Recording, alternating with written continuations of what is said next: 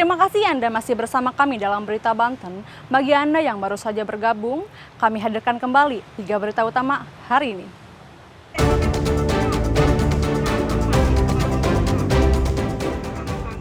Nenek umur 72 tahun dirampok, korban diturunkan paksa di pinggir jalan.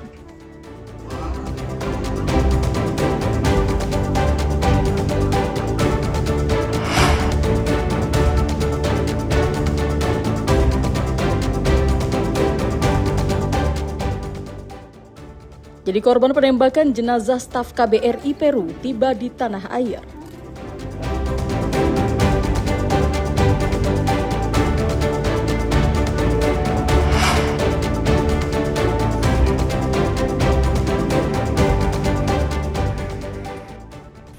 Ekspor udang ditolak Amerika Serikat, petambak Lebak dan Pandeglang terancam gulung tikar.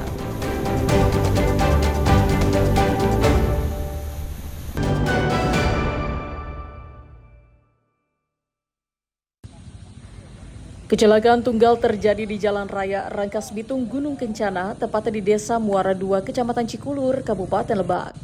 Seorang pengendara mengalami kritis dan satu pengendara lainnya mengalami luka parah di bagian muka. Kedua korban merupakan pasangan suami istri. Keduanya terkapar setelah terjatuh ketika berusaha menghindari lubang besar yang menganga di jalan tersebut. Korban diketahui berasal dari Bayah dan hendak menuju Serang itu langsung dilarikan ke puskesmas terdekat.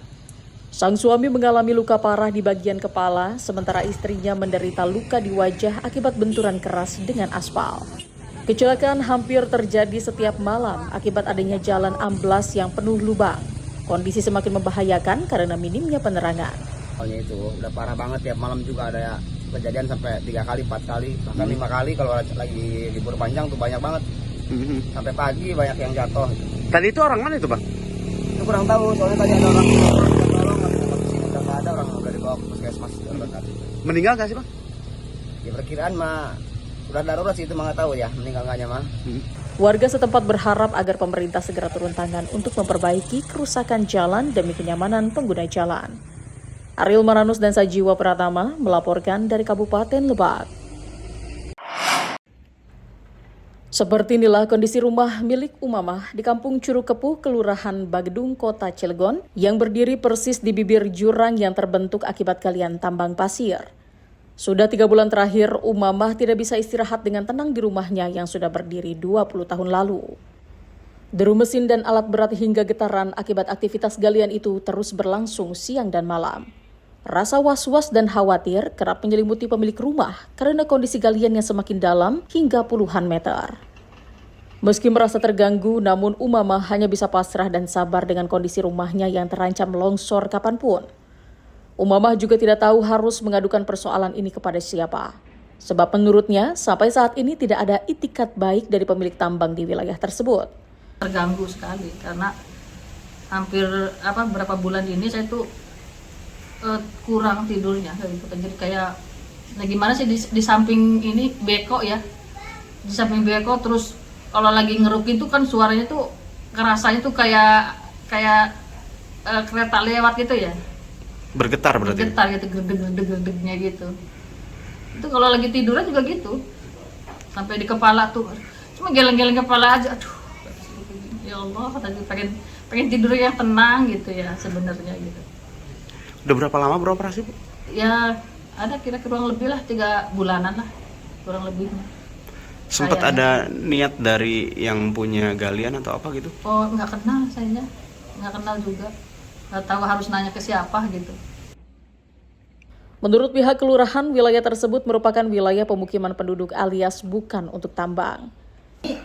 Harus ada suatu tindak lanjut ya, karena dengan kejadian-kejadian ini bukan hanya sekali 2 kali yang terlihat seperti itu. Ini sangat untuk keselamatan masyarakat kami juga sangat waspada. Karena dengan adanya kegiatan-kegiatan seperti itu, ini kan sangat menguntungkan bagi pengusaha. Sedangkan keselamatan masyarakat kami ini, ada nggak dia untuk memperhatikan ke arah ke sana? Pihak kelurahan mendesak adanya evaluasi perizinan tambang di wilayah pemukiman penduduk dari pemerintah provinsi maupun kementerian terkait. Hal ini diperlukan agar kondisi alam dan lingkungan setempat bisa terjaga dengan baik dan warga yang tinggal pun bisa merasa aman dan nyaman. Ariel Maranus dan Haji Ramadan melaporkan dari kota Cilegon. Penolakan ekspor udang beku Indonesia oleh Amerika Serikat melalui Food and Drug Administration atau FDA mulai menimbulkan keresahan luas di kalangan petambak. Kasus yang menyeret nama PT Bahari Makmur Sejati atau BMS Foods dinilai berimbas serius pada nasib ratusan pekerja dan petambak kecil di wilayah Lebak dan Pandeglang. Seperti yang disampaikan oleh salah satu pengusaha tambak udang, Usmar Buntara, asal Desa Muara, Kecamatan Wonosalam, Kabupaten Lebak, Banten. Ia meminta pemerintah harus segera turun tangan menyelesaikan polemik ini. Menurutnya dampak penahanan ekspor yang sudah berlangsung 2 minggu terakhir tersebut sudah mulai terasa. Gudang penuh, harga udang merosot, sementara biaya produksi tidak tertutupi. Kondisi ini mengancam terjadinya gelombang pemutusan hubungan kerja. Usmar menambahkan dari 34 tambak yang beroperasi, kini hanya 20 yang bertahan. Sisanya sudah tutup dalam 2 minggu terakhir. Banyak petambak enggan membeli benur lagi karena pasar tidak jelas. Kita harus segera membereskan kasusnya BMS, masalah BMS, ya kan? Ya, kami berharap utusan dari kementerian bisa datang ke Amerika menyelesaikan masalahnya segera, ya kan? Ya dijawab dengan email, saya kurang tahu, tapi yang pasti harus bisa melobi Amerika bahwa udang kita tidak terkena radioaktif secara murni, hanya imbas dari pengolahan baja yang ada setempat. Jika pemerintah tidak segera mengambil langkah konkret, berdampak pada ribuan petambak dan pekerja di sepanjang pesisir Indonesia yang menggantungkan nasib dari industri udang. Ariel Maranus dan Sajiwa Pratama melaporkan dari Lebak.